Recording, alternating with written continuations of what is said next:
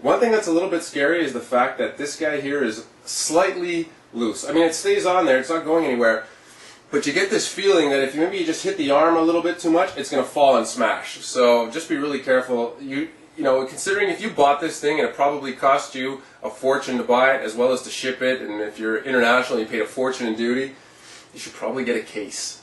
Spend the extra $300–400 and get a case. Oh, by the way, if you're looking for a case for this, I did measure him, and the minimum size you need for a case is 26 inches wide, 23 inches deep, and 32 inches high. He's exactly 31 inches. It doesn't matter tall. It doesn't matter what the box says or the stats say. I measured him. He's 31 inches tall. Okay, so 26, 23, 32 minimum for your case dimensions. Okay, and that's it. So let's talk about the paint.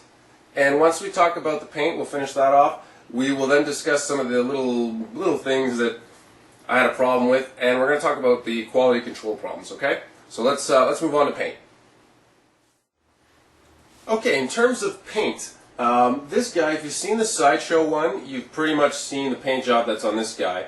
It's slightly more detailed, and there is a bit more transparent layering in the skin. So if you look on the chest and the belly and stuff, some photos that collectors were initially posting, it really looked like it was like almost this cream/white color, and then the dots. There was really very little in the way of layered paint. But as people started posting more photos, and once you see it in person, you can actually see that there are different colors sort of worked into the chest and stuff, and in the belly. So it creates just different transparent layers. So there is a nice little skin texture. It's not as highly detailed as you would get if, you know, say Joe Dunway painted this or something, or like in Steve Wang's prototype photos where he actually did the paint. Don't we all wish we could each get one that was painted by him, but that's how it goes. So the paint is fine. It looks great for a pre-paint. Obviously, it's, you know, as good as you're going to get. The armor looks really nice. The weathering on the armor is well done. So overall, everything is really good. There are no paint errors where the paint is looking splotchy or anything like that. But overall, like I said, it looks really good. The armor looks great. The helmet looks great. The painting on the base is fantastic. I love the swirls and stuff that they've got going in the water. That looks awesome. So overall, the whole thing looks fantastic. The little problems that I have with the paint job, and it's more of a style issue, is on the armor where they've created these blast marks. They've got blast marks here. It doesn't look like blast marks, it looks like eyelashes. So, especially like on here, the blast marks, thank goodness they're not too dark. If they were too dark, then it wouldn't have been that good.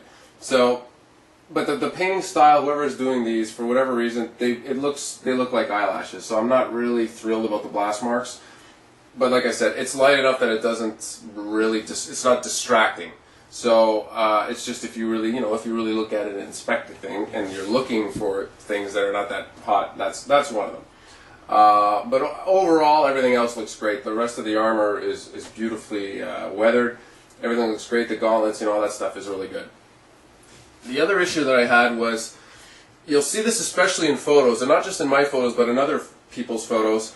If you look at the overall skin tones, okay, so you look at the skin and you look at the colors that are used for the legs, where it gets dark with the spots, the head has more orange on it that doesn't seem to be as bright anywhere else on the statue. So when you look at the photos, it makes the head look like it's orange, like he's got too much orange up here compared to anywhere else in the body.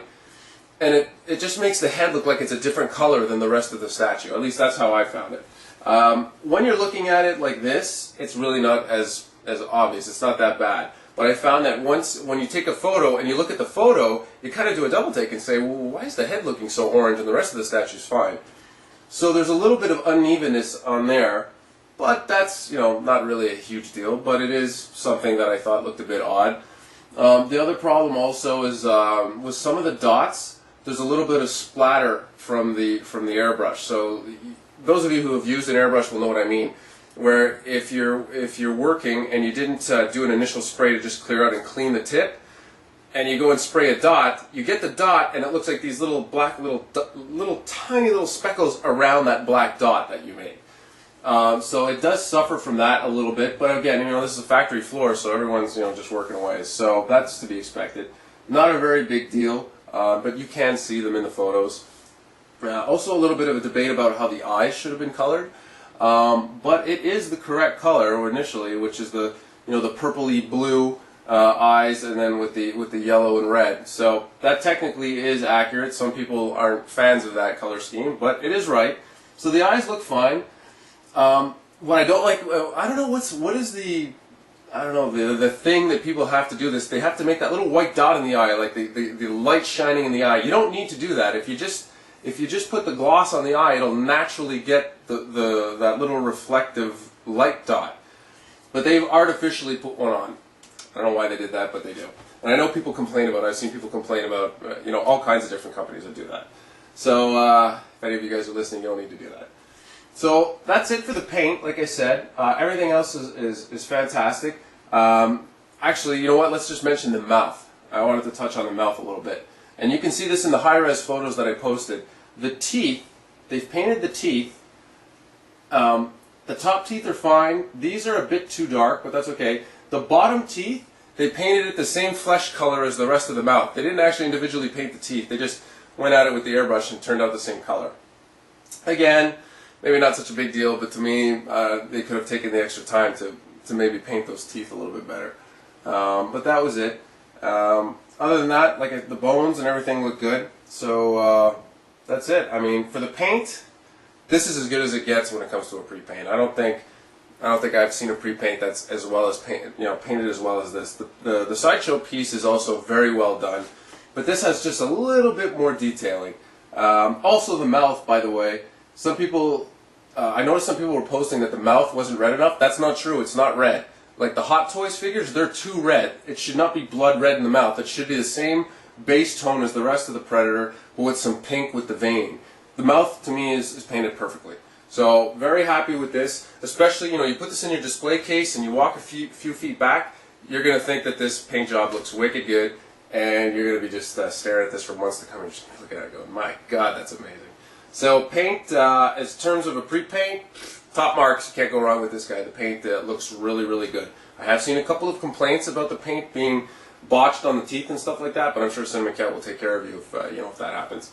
So this paint job, beautiful, no problems there. So let's move on and we'll talk about some of the other things that you may or may not like, and we'll just talk about some of the detailing that's on this guy. Okay? All right. So let's move on to that. Hey guys, I just got a quick little tip for you. If you have one of these and one of the head spikes or one of the shoulder spikes is broken off, I'm going to give you a little tip. If you don't want to have to go through the trouble of getting a new one and you want to just fix it right away, or you can't because you bought it off another collector and it broke off, whatever, and you need to make a new one, I'll give you a really simple trick on how to do this. You don't have to make it out of anything. You don't have to sculpt one. You don't have to try and find somebody online who sells quills. All you do is go to Walmart or go to some big retailer, and what you do is you buy these things. Okay, this is a little toothpick type thing. It's a floss toothpick. You buy these things wherever they sell toothpaste and the toothbrushes at Walmart or whatever. Okay, and what it does is right on the tip, it has this little toothpick part, and all you do is with a knife, you just cut it off. Just cut down it lengthwise a little bit, and you'll end up with this piece, maybe 1/4 of an inch long, and then you just take a magic marker and you color it in black, and then just stick it in the hole, and it fits perfect. Just put it in the hole, and there you go. You get an instant spike. You can even do it'll just squeeze right in there and fit right in. You don't have to glue it, but if you do want to glue it, just touch the end of it with a little bit of crazy glue and put it in there. And it costs you $1 for a whole bag of these things. So if ever you break one or you need something for your other pieces, there you go. You get your little trusty little toothpick. So for $1, you get a whole repair kit for your Predators. All right, take it easy, guys. Bye.